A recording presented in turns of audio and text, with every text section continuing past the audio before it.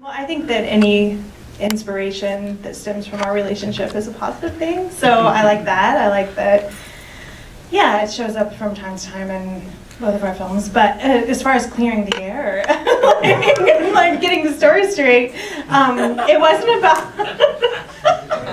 It wasn't about just like wanting, a lot of the interviews are like, she wanted to leave Texas and move to LA, and like, she wanted to LA. Like, no, like we had a shitty house here, and it was kind of run down and crappy. He was leaving for a year to do post-production in Los Angeles, and I'm like, why are we hanging on to this rental house when I could come with you and we could be together? And he was just like, I just don't want to lose our house. I'm like, so crappy, like let's just get a new house when we get back. And then we ended up finding an amazing house when we got back, and everything was fine. But yeah, it wasn't like I just hate Texas, I want to leave. It was like, I want to be with you, I want to be together while you're living in LA, and we'll find a new place. Exactly. Yeah. I wish you were around for all the Q&As. When we talked a couple of weeks ago after the Oak Cliff Film Festival closing night screening of this film, we got to talking about a couple of the themes, and the main ones being love, loss, legacy, but the one that stuck out the most to me was about the idea of creativity and that nothing belongs to you, and where does that creativity come from? Because specifically there's that scene where Casey creates that song, the wonderful I Get Overwhelmed by Dark Rooms, who also composed your film, Daniel Hart. Yeah. He creates that song, and then later on in the film where we see the young settler, like the little girl, she's humming that very same song.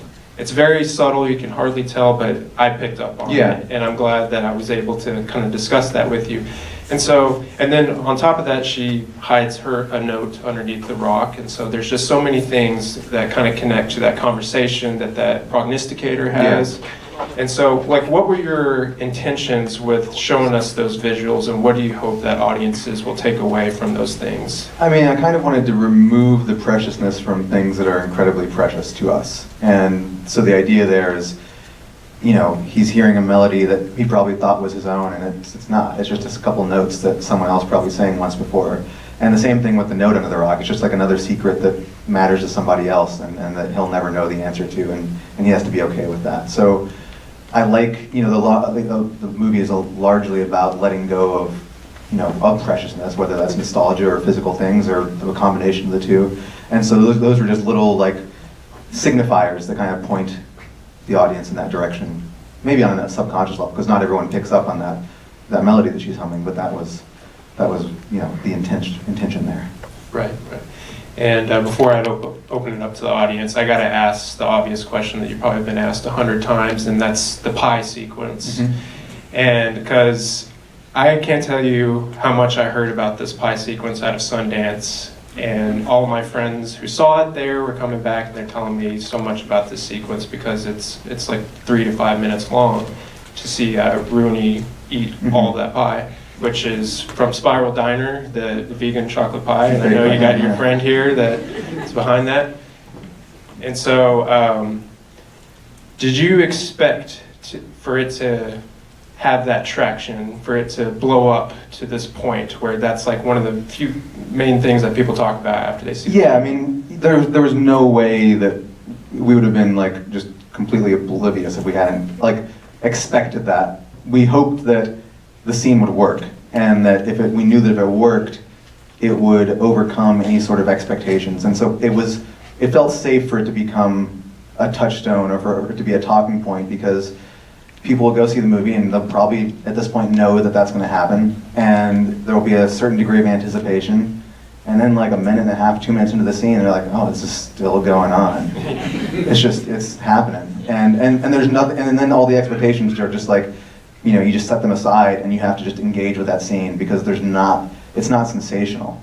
You know, all of the expectations, I imagine, probably, you know, allow you to kind of like expect something a little bit more sensational. It's not. It's just uncomfortable and private, and a scene that you normally wouldn't see in a movie, nor is it a scene that you should be seeing, because it's a private moment for this character, and it breaks through the artifice of the rest of the movie, because it really is just happening. It's happening in front of you for 4.5 minutes, and you just have to deal with that, and and however you're going to deal with it. And so I was okay with it becoming, I mean, I'm sure like 2 weeks from now it's going to be like a meme on the internet. Probably already is. And that's fine, because like the movie is still the movie, and that scene is still serving its purpose in the movie. And as far as I'm concerned, it does work. It does work exactly as we intended it to, and because it does, I think it overcomes whatever trivialization might occur as people, you know, talk about it, look forward to it, make GIFs on the internet, et cetera, et cetera.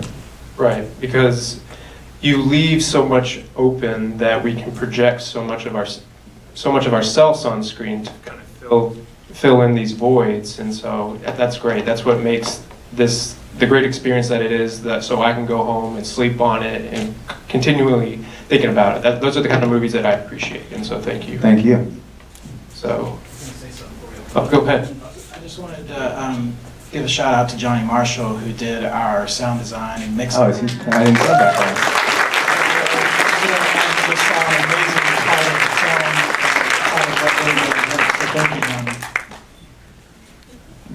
All right, so does anybody have a question?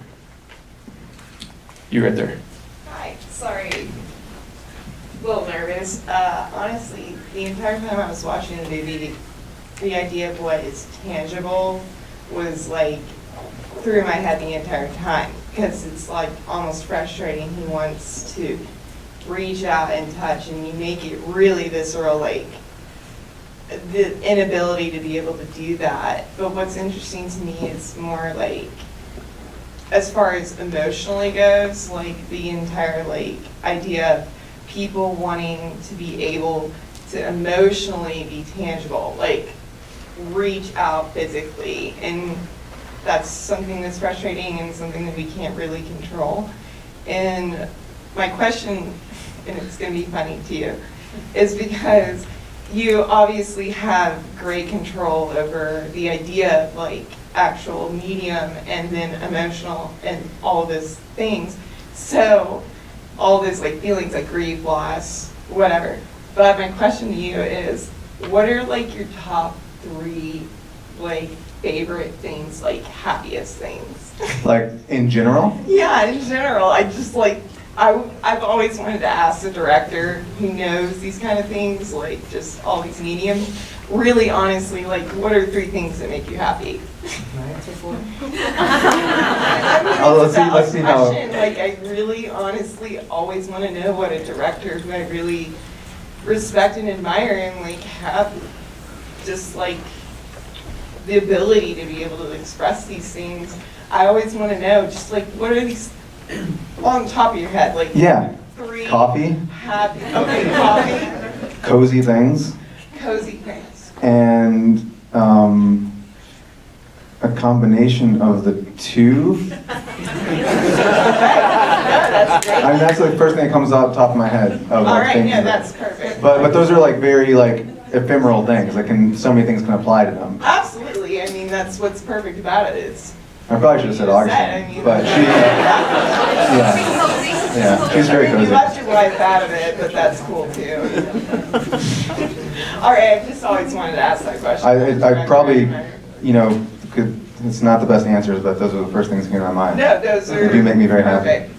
Oh yeah, you're in there. Okay, cool. All right, thank you. All right, another one? You, sir. Cool. Well, first off, wow, this movie is incredible. It's my favorite movie that I've seen this year. Thank you. I'm a self-proclaimed movie buff, whatever that means.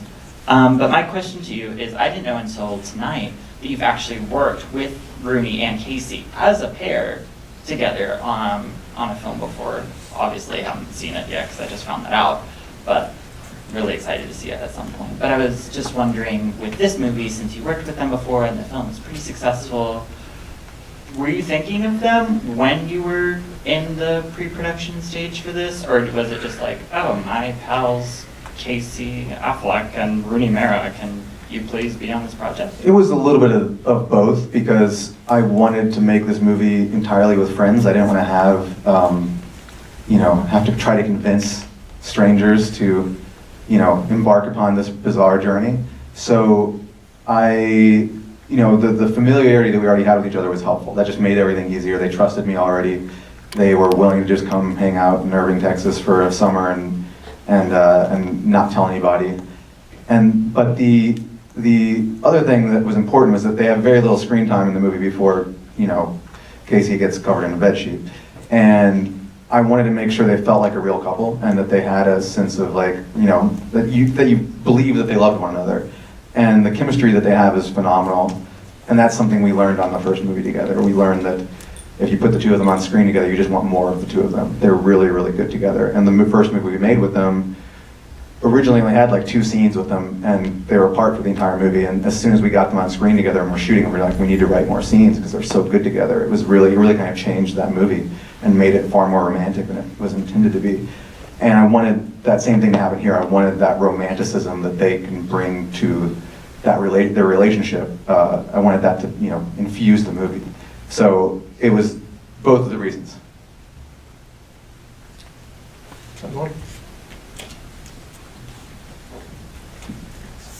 You? I've got 2 questions. One is kind of a brief. Thank you. All right. I've got 2 questions. One's kind of brief, like nuts and bolts. The interior of that business, the business Yeah. building, is that place off 75? Yeah, the city place. Okay, I was just curious. And then, at the risk of like sounding like I'm trivializing your movie by putting it in the context of other stuff, I was just curious if there are any directors other than Malik, which seems kind of obvious, I guess, or movies. No, never mind, not obvious. Or Go outside and shoot a movie in Texas at 6:00 p.m. It's going to feel like a Terrence Malick movie. But that trivializes your question because like there is like connections to Tree of Life certainly, but other directors that we were thinking about were as artsy as A Peach Upon Veersethical and Tsai Ming-Liang, both of whose films I learned about here in this theater, oddly enough. And I remember seeing What Time Is It There back in like 2002 and maybe 2003, and that had a huge impact on me, and that runs through and through this movie. And then Chantal Ackerman's Jean Dielman, all of her movies really were a big inspiration, but also Steven Spielberg. I mean, there's a playfulness to every Spielberg movie, not just Poltergeist, which we were directly citing multiple times in this movie, but I wanted this movie to be playful, and I always like think about him when I'm trying to do that, because he, no matter what he's making, has this ability to infuse a playfulness to his approach to cinema, and that's something that, as austere or, you know, still as this movie might be at times, we still wanted it to have a playfulness. thank you. I'm way up in the nose. Okay, we'll do you first.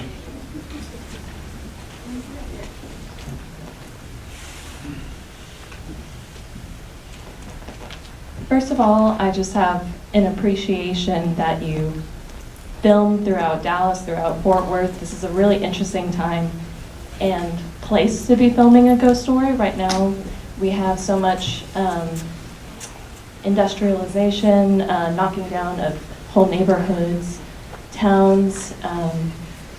My aunt herself, she had a very well-known house in her neighborhood, bright pink, and someone bought her property and knocked it down. Now there's just a gaping hole there, and that seems to be the landscape throughout the area. So right now there do seem to be a lot of weird ghosts of the old parts of towns, the parts that used to be empty, and now there's something new there, a road, an office building or something. And it reminded me of your scene where Casey gets very angry and throws the plates and stuff. And I think a lot of people in Dallas kind of feel that way right now, a kind of feeling incensed, but also realizing that you have to let go and move on. But my other question was, how did you get all of the product placements for this movie? I noticed the Temptress right away. On the counter somewhere, Tito's, a few other local. Someone here could probably answer that question better than I can. What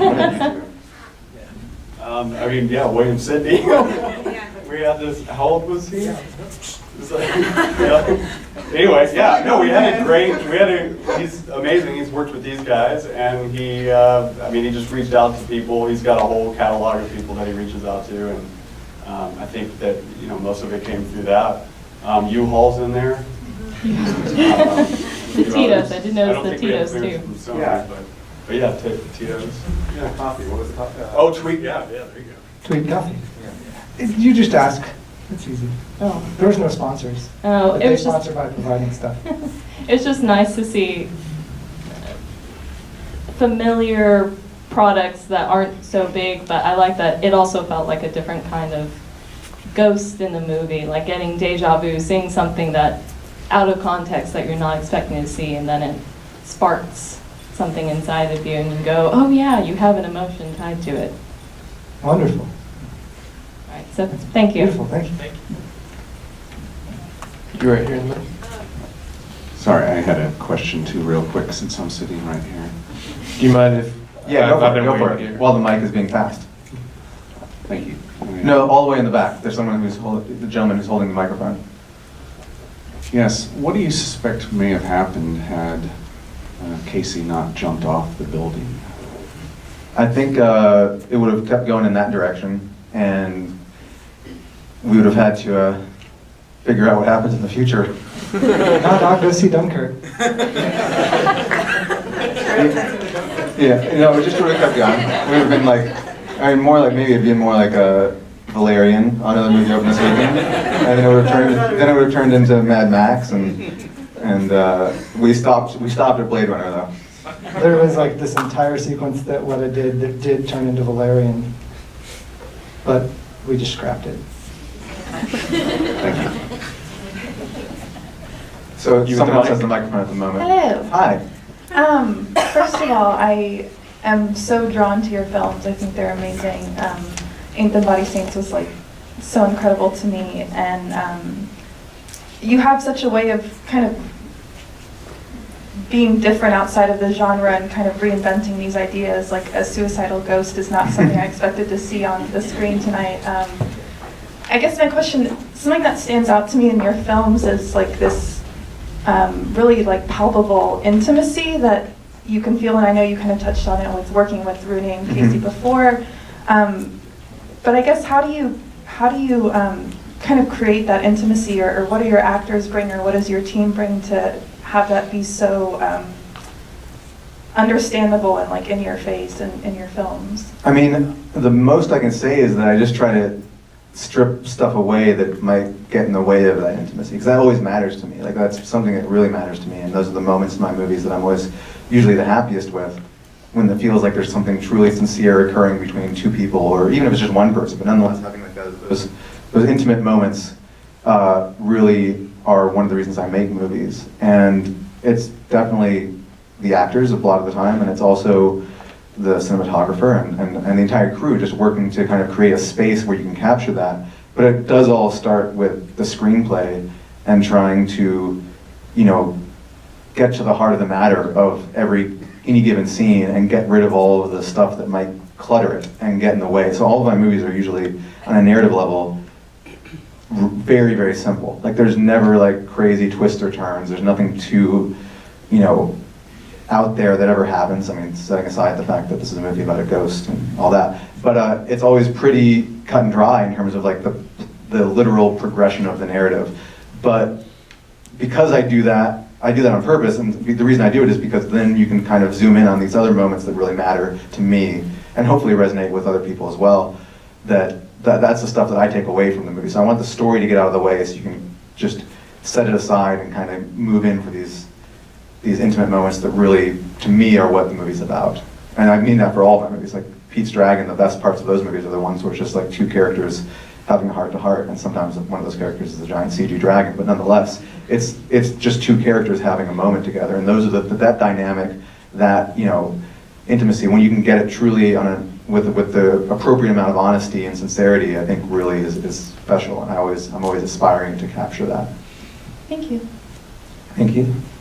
You right here? I like the fact that the Hispanic family, you didn't try to put any subtitles while they were going on, because the whole purpose was the reaction of the ghost in there. But then when the ghosts saw each other, you gave subtitles. Yeah. And that wasn't even necessary, because when they looked at each other, I was thinking what you put on the screen. So it was great because you wouldn't even need. Oh, thank you. Like, yeah, initially in the script, it didn't have the subtitles there, and I wasn't ready for that scene to end yet because it was so nice to see him finally connect with somebody. Like, he was like trying so hard, and finally he was able to like be acknowledged by someone else. And so we just wanted that scene to keep going, and the subtitles just felt like a natural way to do it. And then I love that the sequence in Spanish isn't subtitled. And if you speak Spanish, you can follow it, and what they're saying does, matter. But also, it doesn't matter so much that you're missing anything. And there's a great beauty to the language if you're just listening to it on a sensorial level. And I love that. I love just being able to listen to what they're saying. And you could say it's from the ghost point of view too, because like let's just say he doesn't speak Spanish, so he doesn't know what they're saying. And so it functions on that level, but just as a tonal thing. Like, it's such a beautiful thing to just be able to listen to it divorced of the meaning, and I really appreciate that myself. Just directing them, I did not speak Spanish nearly well enough to actually direct them in Spanish, so I was just really, even though I wrote all the dialogue, just focusing on the emotions and the sounds of the scenes, and that was a really wonderful experience for me as a director. That's great. I also like the fact that the two ghosts had different sheets on. They were with a sheet that covered them up when they died. We called that ghost the grandma ghost. That's good, yeah. Got time for about 2 more. You in the end? How was shooting the movie locally compared to shooting films elsewhere? As far as like, what does it give the movie, a tone and design that you might not get somewhere else? Well, it's again, working with friends, working with people makes it comfortable, and also shooting in your own backyard is very comfortable. You're able to just feel at home. You know the place. We just shot a movie a couple months ago in Cincinnati, and that was a wonderful experience, but we still had to spend time getting to know the place and finding locations and just understanding what it was we were actually getting on film, versus making a movie like this where we are able to write it to locations we know, or write it to a geography that we're familiar with. And it just makes everything more personal because you just know that space, that landscape, how to capture it on film. Also, I can work with far more friends here because they all live here. And when you're out of town, you can't afford to bring everybody out. And so getting to come make a movie here is wonderful because I can just really, literally surround myself with friends. And there's so many great filmmakers here, so many great people to work with, and it was really a joy to actually finally get to work with them after having made a few movies out of state. All right, last one. All right, you sir, right there. Thank you. Love the movie. Thank you. Really enjoyed it thoroughly.